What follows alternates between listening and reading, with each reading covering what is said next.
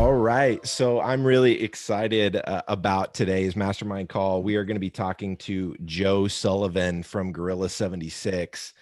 Joe actually started his podcast smack dab in the middle of the pandemic, started his show, The Industrial Executive, in June of this year.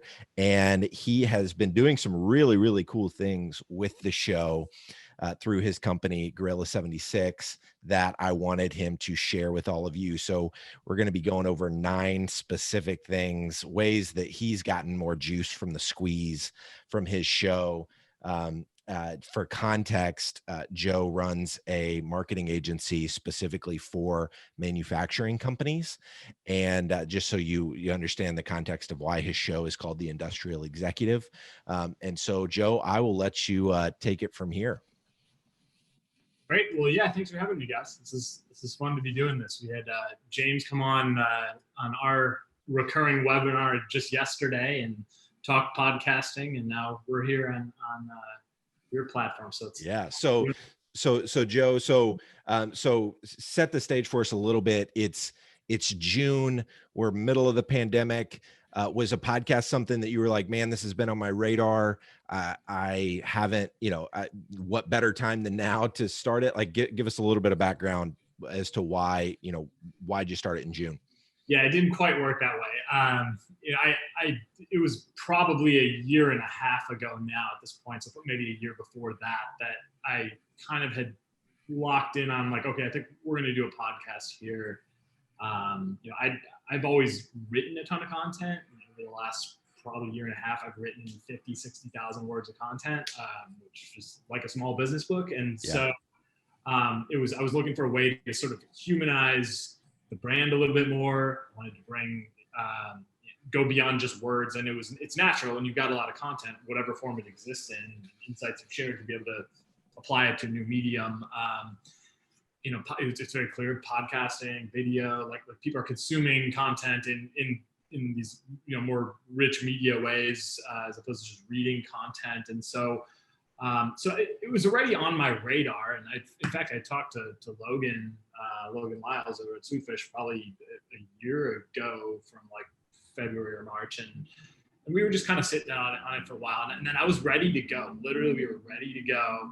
This pandemic hit, and the stock market crashed, and I was like, I can't make a commitment to hiring a company to do this at this week, like literally this week. Like I was ready to go the first week of March, and I held tight, but we realized, all right, we're stable enough, we're everything's good. Like which thankfully it has been for our company in general, and so it was more just like we were ready to go, and then just sort of aligned with the pandemic, but more happens.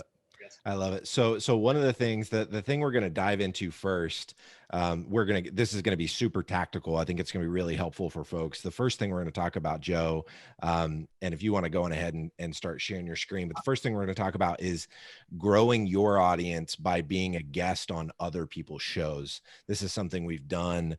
We've done a customer mastermind call in the past, but would love to hear your perspective, what it was like, what you learned through the process of being a guest on other shows, and how it helped you become a better host, and also gave you some exposure for your podcast as well.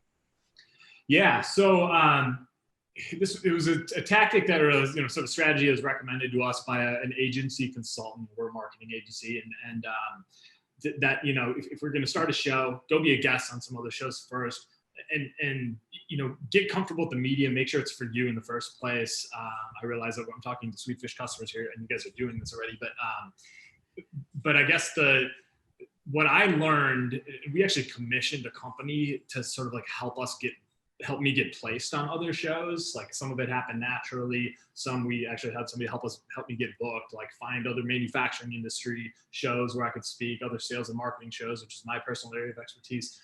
But what was really helpful to me was observing the different styles of hosts, just how they conducted the shows. Some of them were super buttoned up. Other ones were just on the fly, like clearly had looked at who I was 5 minutes before the episode started, after they had probably booked me 2 months before. Others were, I had one guy send me like a sort of like, here are the questions I'm going to ask you in case you want to think about this stuff ahead of time. And then others, I'd finish the show and I'd get an email from them a few days later with, one, thanking me, but like sending me assets. Like I made all these assets from stuff that you guys at Sweetfish made for people that you can then use in your social channels and distribute them. And I'm like, that is awesome. Like I don't have to do any work. They've given me all this stuff. They've turned me into a vehicle to promote their show by simply just, they laid it all out for me. And so by being a guest on other shows, I observed all these different things from, I think I was a guest on 15 or 20 shows in a period of 4 or 5 months. And I took the best things from everybody and said, I'm going to incorporate this and this and this. And here's something I definitely don't want to do because it's really rubbed me the wrong way. So it has absolutely made me a better host of my own show, sort of putting all that together. James, you're muted, I think. I am. What a Zoom noob mistake. I've been a guest on a lot of shows. Dan has started guesting on shows. I think it's a fantastic way to get exposure for your show because you're reaching people that are already listening to podcasts, as opposed to, we promote, the show on LinkedIn a lot. We promote the show in a lot of different ways, but to me, it makes so much sense to not only get better at the craft of creating great content, but also a channel to promote your show to people that are already listening to podcasts. And it's super easy for them while they're in the podcast app to hear you mention your show and then just go and find it. So I love this one. Let's move to the next one because we've got 9 of these. So interviewing, I know we talk a lot about content-based networking, interviewing potential customers, but you've seen a lot of success with also interviewing influencers. You've been able to see a lot of value from that, especially in terms of them promoting their episode to their audience. Talk to us about that. Sure. So yeah, our show is called The Manufacturing Executive. Dan Sanchez pushed me in that direction, and let's interview the people who are we're trying to reach as a company. But we have also, manufacturing CEOs and VPs of sales are kind of my main target, the people I'm trying to connect with. But I also have looked at who are other types of people or organizations that have that same audience and can create value for them in ways that maybe I can't. So I've had authors of 2 manufacturing books on the show that, like, one of them's got his own version. If anybody is like a Traction or EOS user, like, he's got his own version of that. How to Fix a Factory was the name of the book. Like, that's somebody who speaks to CEOs and can create value for them. I've had people that are in the technology space, in manufacturing, come on the show, again, speaking to manufacturing leaders. I've had authors of a couple sales books come on. And so, I guess the idea, and one more, here's a good one, like leaders of industry organizations. I had the president of the American Welding Society come on, and he, after the fact, sent my podcast interview with him out to like 120,000 people that are on their massive industry email distribution list. I had like 200 people from the welding industry follow me on LinkedIn in like the week after this episode went live. So that kind of, you can build off the network of other influencers and get a lot more visibility, especially when that influencer has a common audience with you. Totally agree with that. I think I often think about the podcast as a channel for ABM. And so I'm oftentimes thinking about, decision makers at our target accounts. I could do a much better job myself of really trying to think through who would be strategic folks in the industry that it doesn't even necessarily have to be a massive audience, but who has a really well engaged audience. A tool that we've just recently started using that really helps determine that is a tool called SparkToro. A lot of you all are familiar with Rand Fishkin. This is Rand's newest tool. So he moved on from Moz and he's building SparkToro, and it's a very affordable tool. Dan just started using it for us, but you can go in and see who has engaged audiences around the keywords that you're trying to target. And so by asking, either getting them on your show, I think that's the smartest move. Get them on your show, build a relationship there. It makes a lot of sense for them to promote you or promote your show to their audience, because it behooves them. It's them on your show. So I love this play. Let's move to this next one, Joe. So having guests nominate other potential guests. This is kind of a flywheel in a sense.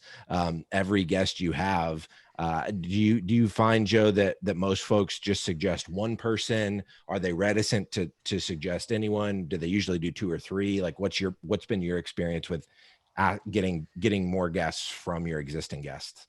Yeah, a little bit of everything. And by the way, this is one of those points that came out of being a guest on other shows. There was one person who he actually put me on the spot on the air and said, "Okay, Joe, who would you nominate to be on?" And I was like, this is while we were still recording, and I had to sort of think on the spot. I've chosen to do it after the recording ends as sort of a conclusion to the conversation. But I've had some people say, that's, and I try to give them a little context, like, I'm gonna have to think about that one. And then I've had others say, oh, who would be amazing is this person. And I had recently, I interviewed a owner of a private equity firm that invests in mid-sized manufacturers. And he came back to me a week later with, I've got 4 people, all these people have different specialties in manufacturing. They would all be killer guests. And so like that's been amazing, because now you get a warm intro from somebody who's been on the show, sees the value of being on the show, and can kind of cue you up with someone. So I think you can expect some people have no one to offer, and others may have some really good ones. But it's been booking guests can be challenging sometimes, and it just helps you keep building that network. So awesome. Joe, I've got a question from Laura Burton. She said on point 1, so I missed this. Sorry for missing this, Laura. She said on point 1, we hire a host, but I still want to grow the show. Personally, would it make sense to go on other shows as a guest, as a producer, from a producer side, to help with growth? I've got an answer there. Joe, do you have any thoughts on her, whether this would work for her? Sure. Yeah, I don't see why not. If you are somebody who has expertise in something and you have insights to share on it, even regardless of whether you have your own podcast or not, I've seen a ton of value. We've sourced 6 figures in revenue from just those shows this year that I was on in the first quarter, second quarter of this year, because of people that said, "Hey, I heard you on this podcast when you talk," and it's led us down the path. So I'll stop with your build, James. I think too, Laura, your angle for guesting on other shows could be, 6 lessons learned from our first year in podcasting, just knowing a little bit of context for how long I think you guys have been at it actually for more like a year and a half now, maybe. But so I think that angle, even saying like, from producing a show for the first, however many episodes you guys are at now, even though you're not necessarily the host of it, I still absolutely think you could add a ton of value doing some sort of like a podcast guest tour. And so you used Interview Connections, right, Joe? Yeah, we did. It was, and had an incredible experience with them. I'd recommend them to anybody. Well worth the spend. Yep. Awesome. Thanks for that question, Laura. Appreciate it. If anybody else has any questions, I didn't mention this at the top, but yeah, feel free to throw them in the chat, and we'll make sure to get to them. So let's jump to this next one, Joe. So the fourth thing we're going to talk about, fourth way to get more juice from the squeeze from your show, is to sprinkle in the occasional solo cast. So, solo episodes I've found to be really, really engaging for our listeners. As a podcast consumer myself, I really enjoy hearing directly from the host. I think it adds a bit of variety, but it also allows me to get to know the host more. So often the host is just facilitating a conversation with the guest, but I've just found that I find myself connected with the host on another level when they do the occasional solo episode. So Joe, how are you structuring these solo episodes? And what have you experienced the results to be from doing them? Sure. So, the beauty of the solo cast, I think, from time to time is, if you think about the probably most of you, I'm guessing, who are doing a podcast, are interviewing others and putting the spotlight on them. This is a chance for you to put the spotlight back on yourself and share some of your best insights. So, think of the most insightful thought leadership content you've produced, whether that means a blog post you've written, or an article somewhere you've written, or a webinar you've put on, or a speaking event or something. You've got a platform to already sort of share your own thought leadership. This gives you the opportunity to turn that into, an audio format in your own podcasts. And so, what I've done is, when I set out to, when I started this podcast in late June, I think I've recorded 26 episodes or something like that at this point. And my intention was once a month. So basically, like, every fourth episode was going to be a solo cast. I expected to have a little more trouble booking guests than I actually have. It's been a little easier. So I thought, like, okay, this will give me like a little bit of a cushion every once in a while. But it's also, it's been helpful to me. Like, I had a guest cancel. I was already like kind of cutting it close, and then a guest canceled and said, I need to reschedule this. I'm like, okay, great. Now I have to get my episode into Sweetfish by tomorrow afternoon. And so I had a list of solo casts queued up. I knew which ones I could lean on. So I went into the office that afternoon. I just recorded it and I fired it off. And so it's a good way to save yourself, but it's in those situations. But I think it's also just a great way, like you said, to humanize yourself a little bit, to like show you what you're actually good at, what insights you can offer. And probably a lot of you have those things. And similar to being a guest on other podcasts, like, I think it's good to put the spotlight on yourself from time to time, as long as you can do it in a helpful way. Yeah. And you were able to draw on all of that written content that you had done in the past through your blog. So do you just kind of pull up a blog and go, okay, I don't want to read this verbatim, but are there, what are the big talking points that I want to talk about? And then you just kind of create a little outline for yourself from that starting point. Is that typically how you come up with those ideas and structure those episodes? That's exactly right. I literally took, I had a really long form blog post called The 7 Core Elements of an Industrial Marketing Strategy. And for that one, that was like my emergency one I just referenced. I pulled it up on screen. I turned on Zoom or whatever tool I used that day. I hit record, and I just, I had the headlines there. Like, the headlines were, or the subheads, the H2s on my blog post were, I just sort of scrolled through, and I could talk about that stuff in my sleep at this point. So it was just a matter of like having the headline in front of me, and then just, I forced myself to not read it so that it sounded natural. But yeah, I mean, if I had more time to prepare, I would have just laid those 7 points out. I might've had a couple sub bullets just to keep me on track. But I think that's the way to do it. Have a short outline on screen and just try to talk naturally. Yeah. Dan, have you done anything? I know you've been doing more solo episodes for B2B growth lately. Is there anything that you've done that would be helpful for the folks on this call to know about just your process for doing solo episodes? I mean, it's pretty similar to Joe. You really want to I write the headline first and then I build backwards. Kind of like building a blog post. You're just outlining it. I definitely script out the intro and the outro. I don't know what it is, but I do read the intro and the outro. I do that with guests too. I actually just read it straight up. I don't know what it is. It just launches me into the show a little bit more smoothly. And then I could just start going off the bullet points that I've written there. And then if I have the outro, I don't know why I screw up on the outro if I don't have it written out word for word, but that's just something that's helped me. Got it. Do the exact same thing, Dan, on the intro and outro. There you go.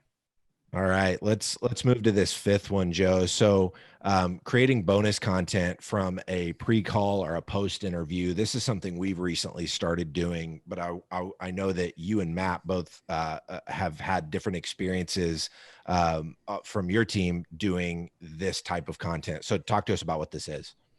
Yeah, so one of our senior strategists, Matt Chanella, has a podcast called The Industrial Marketer, and we both have had a similar sort of situation here where like when I jump on my interview with a guest, like we'll usually talk for 5 or 10 minutes, like just, kind of just casual conversation, and then maybe a little bit about, okay, this is how the episode's going to go. And there have been a couple occasions where I was like, dang it, I wish I had hit record just from the very beginning, because we got into a conversation and I'm like, okay, we're going to talk about that in a few minutes, so hold your thought. But like the soundbite from before, when they were just talking very naturally versus when they knew they were recording, was actually better than when we, got into it later. And then Matt, our senior strategist, he intentionally tries to sometimes continue the conversation after he ends the recording, because at that point the person's warmed up and you might get deeper on a topic that you had talked to. And so he will actually use he will literally like gate bonus content on a website or something like that. I know he's done that in the past for another podcast, but I guess the point is, like, good things will come maybe in a pre-call, if you're having a pre-call, a week before your interview and kind of planning it out, or right before you start recording, or right after you hit recording. So you can consider like these other conversations you're having with people. If you're using Zoom, just hit record and then you've got it. You can always delete the file later and edit it back. But the more you've got, the more you pull from. I love it. The thing that we've been doing, we actually have come up with 15 questions that we think would be really interesting for B2B marketers. And we ask those questions either in the pre-interview or the post-interview. We record them separately. And we're trying to get to 100 responses before we package it up into our first original research project. And so we're asking things like, what's the most underrated B2B marketing tactic? What's the most overrated B2B marketing trend? What are your favorite marketing books? What KPIs is your CEO looking at when they're looking at marketing and evaluating marketing?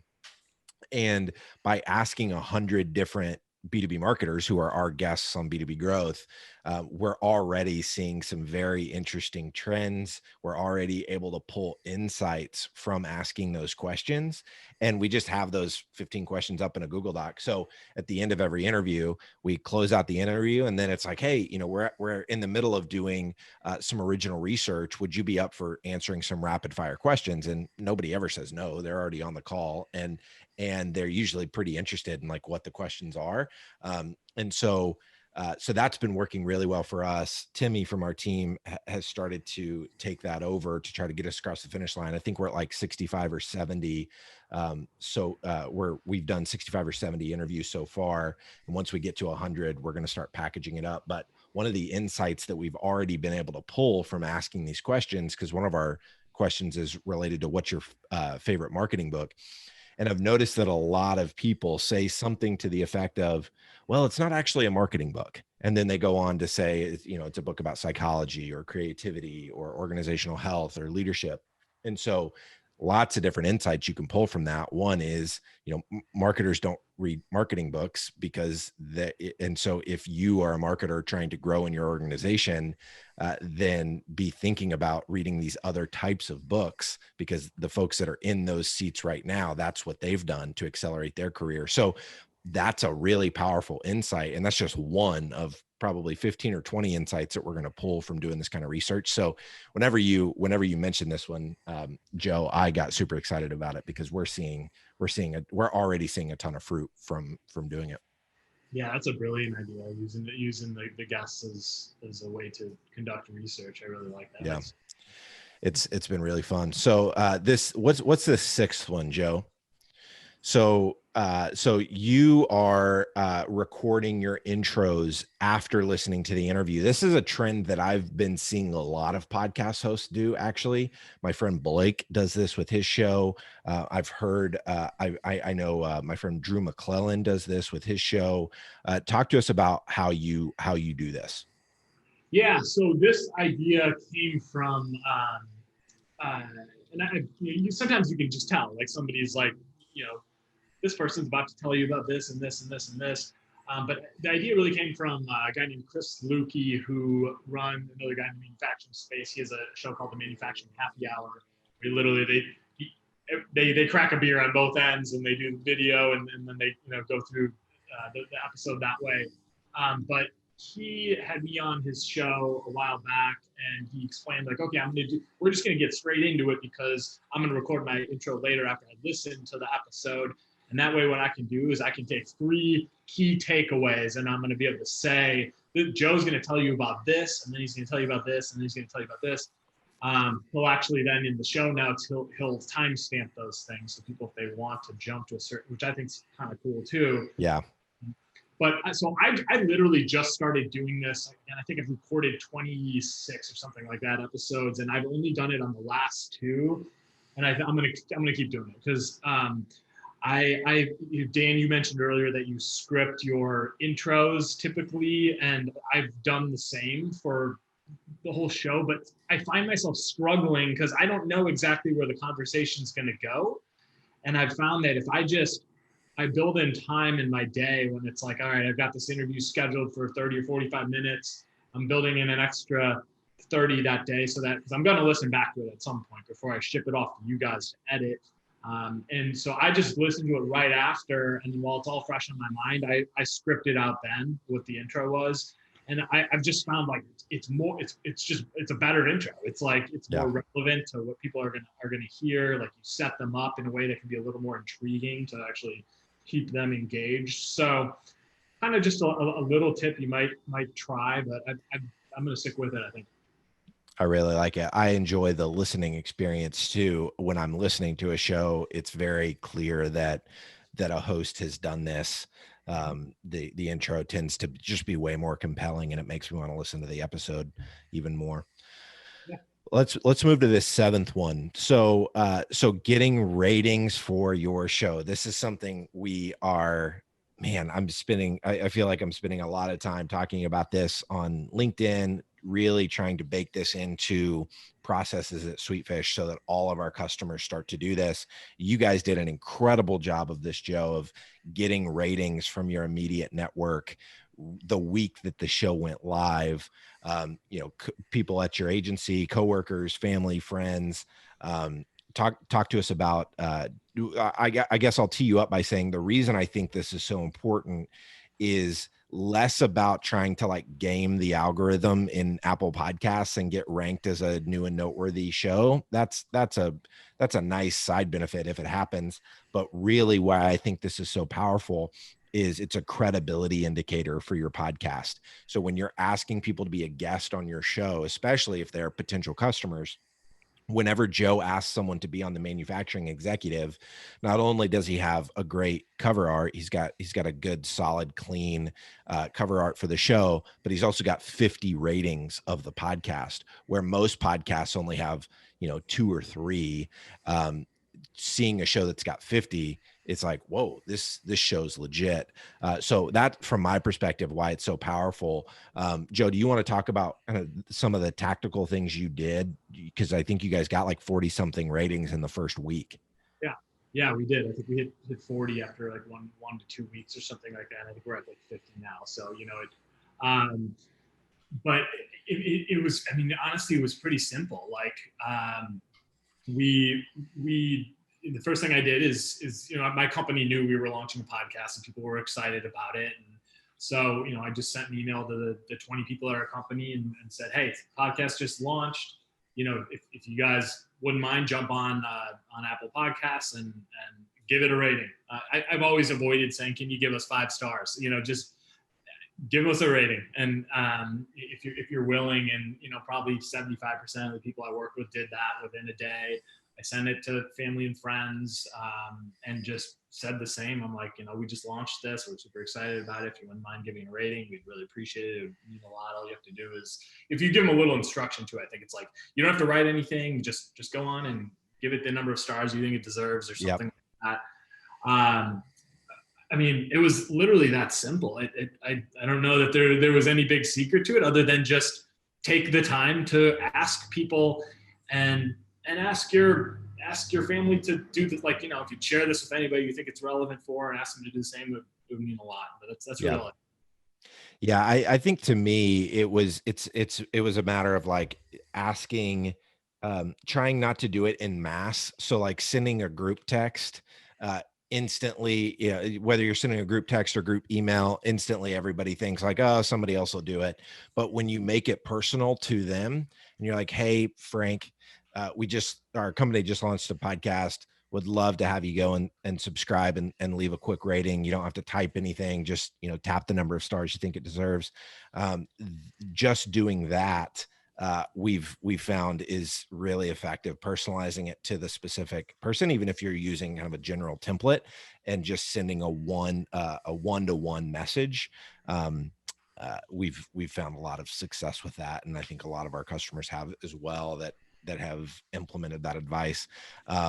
Dan, anything to add here that we haven't touched on as it relates to ratings? The only thing I've been thinking about more recently is baking it into like a guest follow-up process, maybe like automated through HubSpot and asking the guest to leave a rating. That'd probably be the only thing I would add, but that's like after you do the initial push of one-on-one, just baking it into the process and sneaking That's in. something we do on a automated more places. manual. We do that more manually right now. Leslie, the producer for our show, is doing that with guests. It's part of a more manual process that we could, I think, absolutely bake more automation into. But that's a great thought. Yeah, and James, you made the point about the one-to-one personalized asks. Yeah, absolutely do it that way. We did the same thing. It was one-to-one texts or you know, one-off emails or anything. I think you nailed that. Yep. Awesome. All right, let's move to this 8th one. So distribution. This is probably the number one question we get in terms of you know, from customers, from potential customers. How do I actually grow my audience? How do I distribute the content so that it gets in front of people? What have you guys done, Joe, to get, you know, in your first 26 episodes? What are some of the things that have worked? Maybe some things that haven't worked as it relates to distribution? Yeah. So you know, I think the main thing, and I think a lot of you, if you're, you know, Sweetfish customers, you're getting these little pieces of micro content created from your podcast, right? These audiograms or videograms, quote images, things like this. Like these assets are just so powerful because it lets you take what would otherwise just be one audio file that you know, that gets distributed through the podcasting platforms. Like now you've got all these little bits of assets, you know, these little assets you can use in so many places. And so I think you need to just think about like, what are your personal or your company's best distribution channels? Like for Gorilla, that's good. We've built over the years of 4,000 some manufacturing people that get an email, purely helpful content from us, mostly written, every other Wednesday morning. And like, that's a perfect, every email that goes out now, we've got whatever the most recent 2 podcast episodes are summarized in that. And we get a lot of play from that. We have taken those, you know, organically, through the few people on our team who are active on LinkedIn, you know, we're using that stuff. Like we'll use a videogram or audiogram. We'll always write some text to go with it and distribute organically that way. But we've also, I see Julian from our senior strategist here on this call right now, and he's, you know, Julian, you've kind of been put in charge of taking some of these micro pieces of content we've created from our podcast, and we're actually putting ad budgets behind them on LinkedIn or Facebook, and saying, you know, hey, LinkedIn or Facebook, show this to people with these job titles from these types of companies with these interests in these geographic regions. And so we're just feeding it all back into the machine and then using that to build, you know, further following. So if you're in a place where you have an ad budget, put some of that behind this content that's coming out of the podcast. And I mean, we're just getting so many legs out of all this stuff we're creating. Yeah. It's really, really smart. I think a lot of marketers hesitate to use micro content and put ad dollars behind it because, you know, well, it's hard to, attribution is tough, right? Like how are you thinking about it to maybe help a marketer who's thinking that way to take the next step and pull the trigger and do it? Yeah. I mean, my mindset has shifted on this, as has our team at Gorilla, pretty significantly over the last year or so. Like we are creating content to build thought leadership, to become the people in manufacturing marketing. And just like with any podcast episode you publish, it's not like you publish this podcast episode and expect that you're going to quote business on it next week. Like, you're building part of a much bigger machine. You're growing your footprint, you're establishing expertise in your space. And it's really the same thing. Like, Julian and the Matt, other senior strategists, run a series called Industrial Marketing Live. James was just on it with me recently. And like, our purpose, we are just trying to get more and more people who are in our target audience to attend this recurring webinar series. It's the same thing with our podcast. The more manufacturing executives that are watching or listening to the manufacturing executive and seeing this content, the more credibility we build.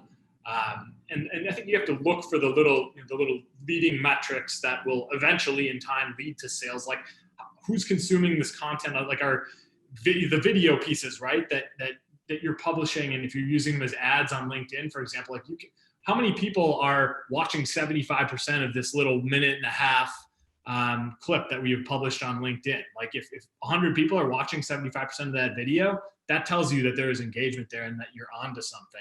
And that's a great leading metric, I think. So I'm thinking of it as building this big machine, and it's going to take time and patience, and some things will be can be attributed to it, but in time, I think a lot will be attributed to it. Dan, what are your thoughts on distribution, since this is where you spend the bulk of your time? I do think it needs to be, I always think of like marketing now as an engine. Like, you're never just trying to come up with a one-off campaign. You're literally trying to think, what can I do to do this for every single episode to pack a better punch, right? So you think about it in terms of more like an engineer thinks about it, which, Silicon Valley in the startup world is like impacting marketing so heavily now, kind of leading the trend in marketing. That I think about, what are the little things we can do? How can I make the follow-up sequence with the guest that much better, but not just once, every single time? How do we make it a process? And rather than just a campaign in order to grow the podcast audience, how can I make it so that it's systematic and doesn't take that much more effort? So even now we're pushing more into LinkedIn, and I'm always bringing up with our LinkedIn evangelists to be pushing episodes on their LinkedIn profiles. I'm always reminding them, trying to get them even distributed on all this. I want them to be distributed across as many podcast players as I possibly can. So usually, like, you get up on the big 5 and that's cool, but like, there's really like 15 or 20 of them. Hooking them all up once takes a little bit of time, but then you don't have to think about it again. So it's being distributed everywhere. And then even if you have to, like, automating the posting to Twitter and other platforms that you're just not active on, but still one-click distribution, and it goes to 20, 30 different places. And maybe you're just really active on LinkedIn. So you're special. To me, that one's special because I'm really trying to do quality and engagement there, but trying to make it a process so that you're going to the most places every single time, I think, is a big key. I love it. Let's get into this 9th one, Joe. So using the podcast as a career lubricant. So Matt from your team that you referenced earlier shares a story that is a really, really cool story for how he came to the Gorilla 76 team. But talk to us about how you've seen either with that story or another story, how you've seen the podcast act as career lubricant. I love that phrase. Yeah, and that one I have in quotes because that's from Matt directly. But yeah, so Matt's one of our 2 senior strategists, and he, when he started his podcast with his co-host, whose name is MJ Peters, somebody in the manufacturing space, they started The Industrial Marketer a couple months before my show. I think theirs was in like March of this year or so, and I had known MJ, his co-host, just from LinkedIn and communicating online with other industrial marketing people. And so I didn't know Matt at all at the time. And they were co-hosting the show. They invited me to be on the show. I think I was the 3rd guest they had. They're still doing it. They're probably 40 episodes in now. And so I literally met Matt when I was a guest on his podcast. And And we kind of hit it off. Like we talked a few times after, because we just, we're both passionate about marketing strategy and in the manufacturing space specifically. And so we kept in touch online, commented on each other's stuff on LinkedIn. We had a couple calls, just throwing ideas around, like hey, I got this idea, I want to bounce it off you. Think it's a good idea? And so we just sort of built a bit of a relationship there. And then he was ready to make a career move, late summer, and he literally just reached out to me to say, hey, I'm thinking about making a move here. Is there anybody, clients of yours or people that you think I should connect with that might be hiring?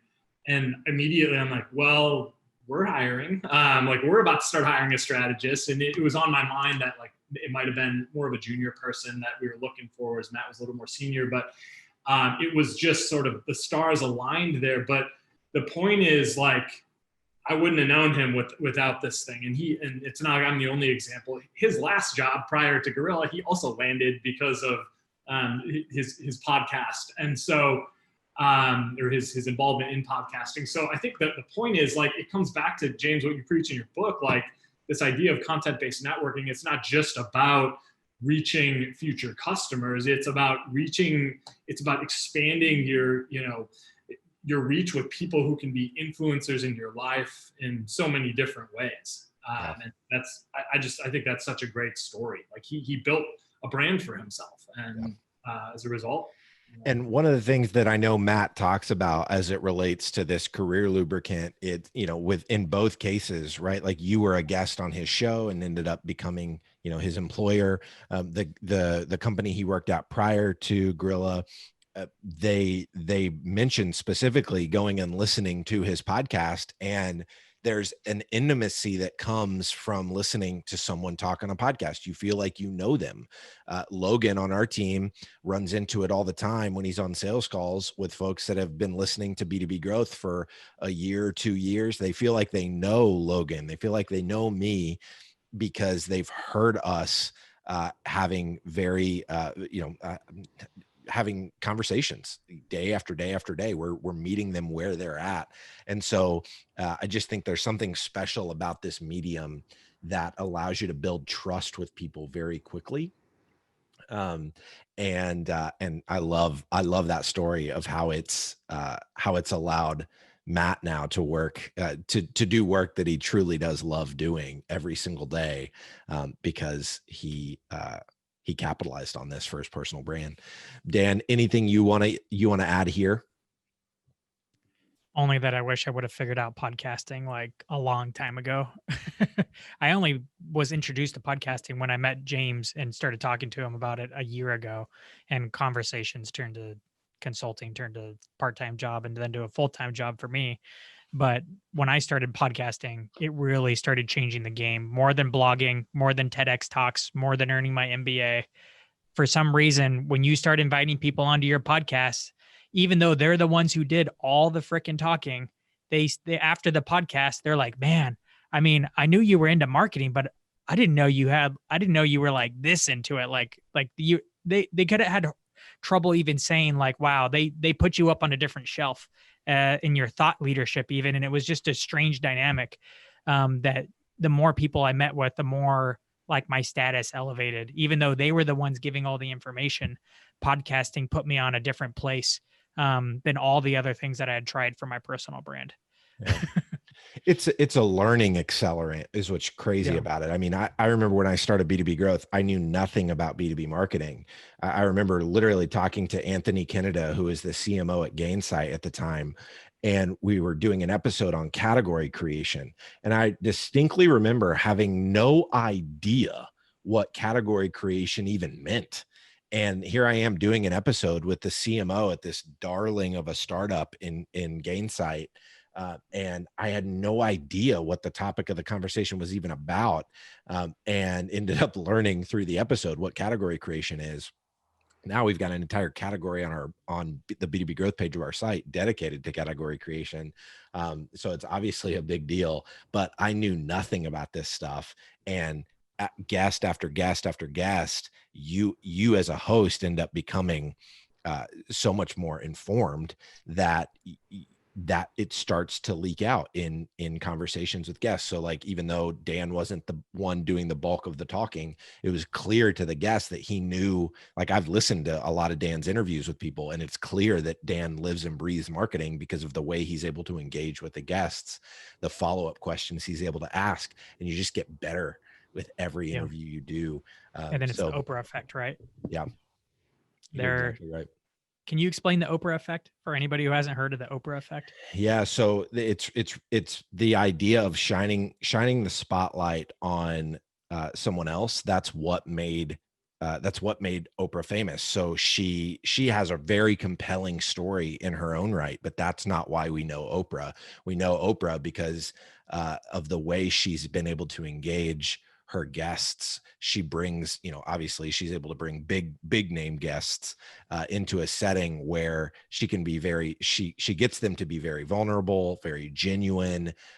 She allows them to be a version of themselves that they don't usually get to be.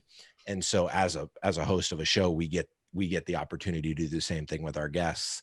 We get to shine the spotlight on them and allow them to showcase their expertise in ways that they maybe haven't done that before. So by doing things like POV discovery and being very focused in trying to figure out like what is the angle for their episode, you're positioning them to share content that they've maybe never shared before, or they've never shared the context that you've allowed them to share. So that's in a nutshell what the Oprah effect is. Did I miss something there, Dan? Were you trying Yeah, to but get at it from the another way? powerful thing is that while you're interviewing all these people, the association starts to rub off on you. Yes. You don't have to, you were not a B2B marketing leader, but because you interviewed so many, not only did you actually learn and become one, like that association started forming around you, and people are like, well, James is a B2B marketing thought leader, right?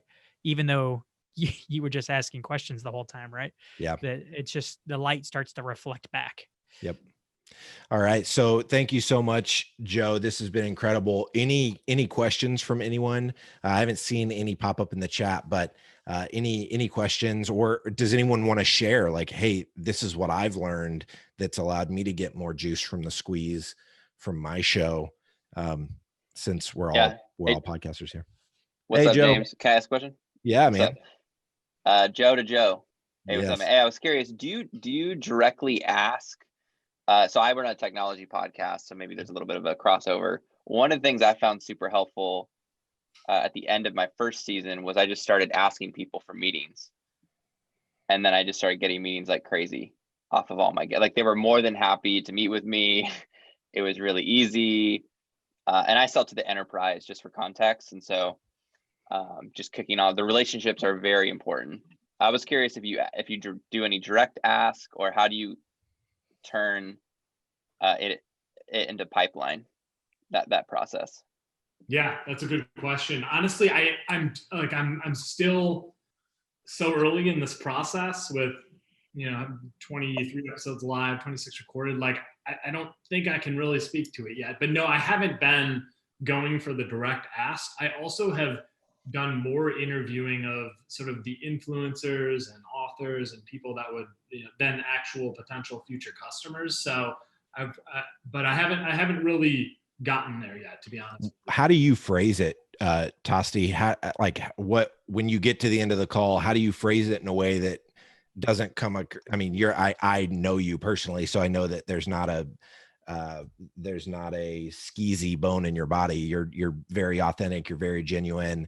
But for those interested in trying to figure out how to do that, I'd be curious, like how you word it at the end, so it doesn't come across like, hey, I've really just wanted to set a meeting with you, because I think that's where a lot of people can take this strategy the wrong way. Yeah, I do not have, which is funny. I actually sit on the sales team for my company. So, but with the podcast versus like maybe a cold email, I actually feel really awkward. So I actually don't ask at the end of the call. I actually release their episode, kind of go through a little bit of the follow-up, and then actually I just send them an email. And by that time, I almost feel like I've made enough of the deposits where I can make the ask now. Got it. So you're not doing it in the actual post interview. Yeah, I tried it once. It was awkward, and Yeah. I was like, "Oh man." So yeah, I do like I kind of have a specific email set up, and I think to personalize it, I listen back to the podcast. Obviously, like a lot of the stuff, I try and qualify using the Yeah. podcast. So, and then I personalize that email, One of the which I things that found starting the sales process has been amazing because people are more than willing to meet with you. Yeah. One of the things that Josh from our team has started talking about, we haven't implemented this yet, but as you're doing the interview, if you can take some notes on like what the takeaways were. Joe Sullivan referred to this as it related to like structuring the intro. But if you're taking notes on like what the key takeaways that you got from the episode, can't type them or unless you're on mute, I guess you could type them.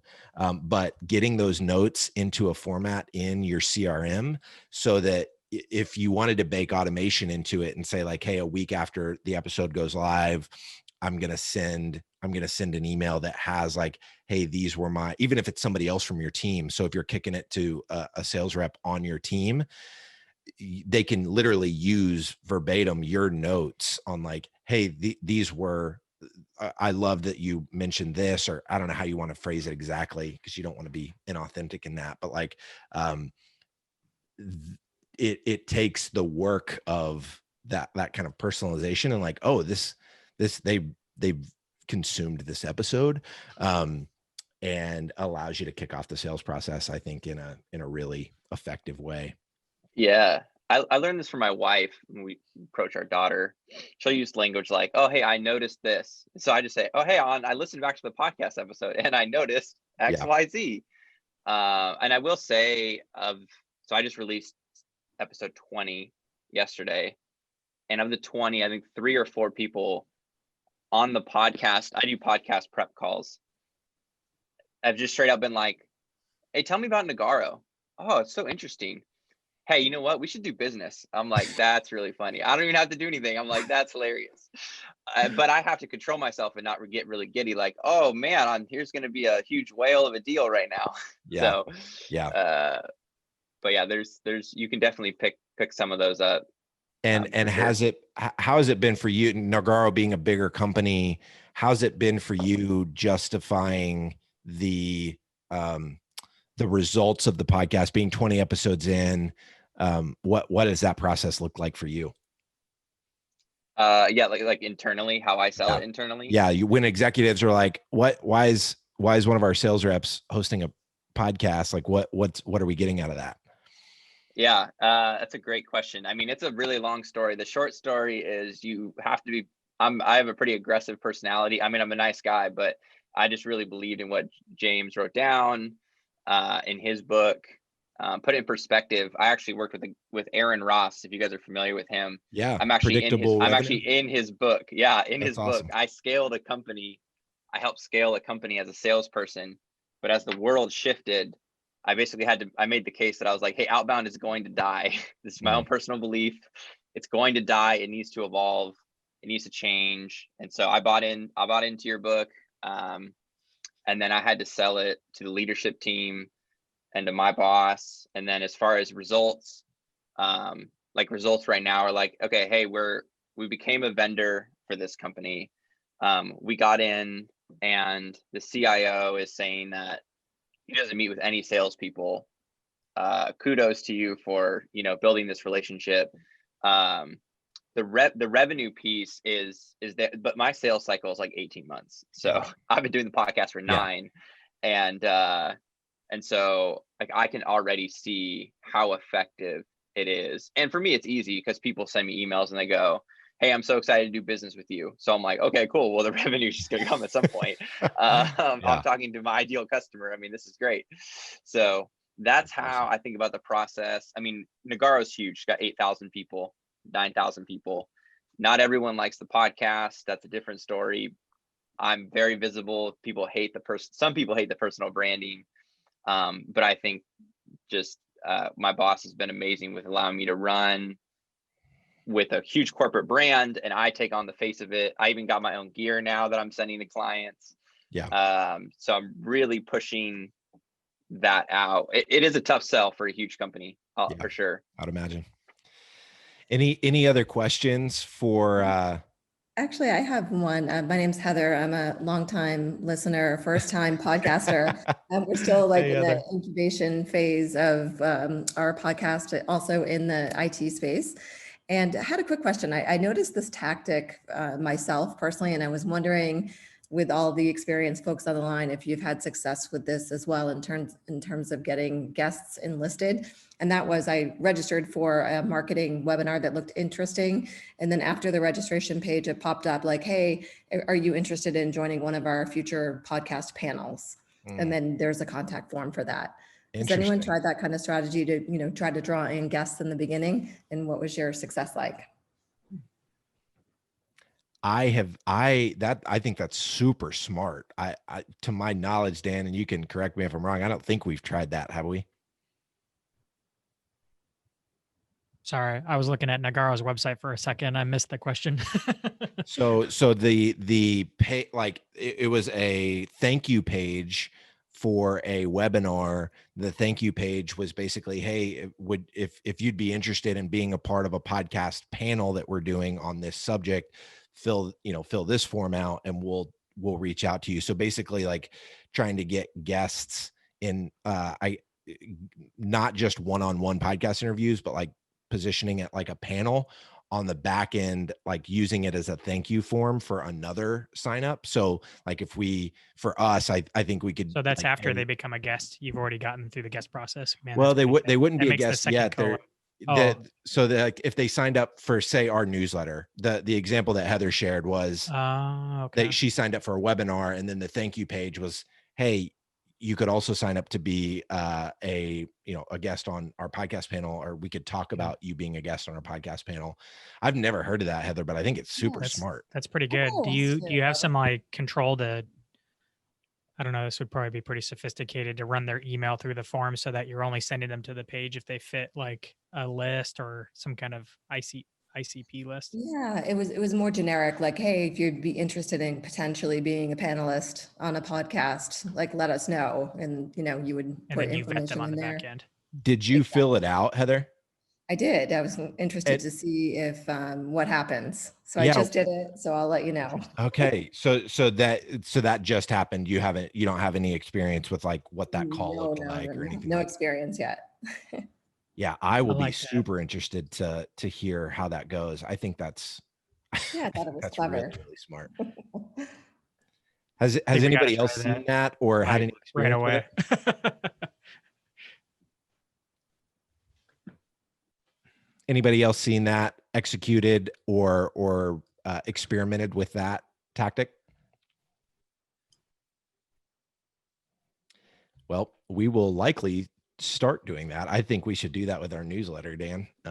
Yeah. On the thank you page of the newsletter, and then just go through and vet to see.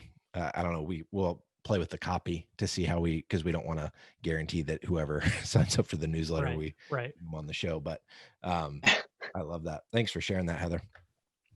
All right, we're right at our time. Thank you all so much for joining us today, and we will see you next month.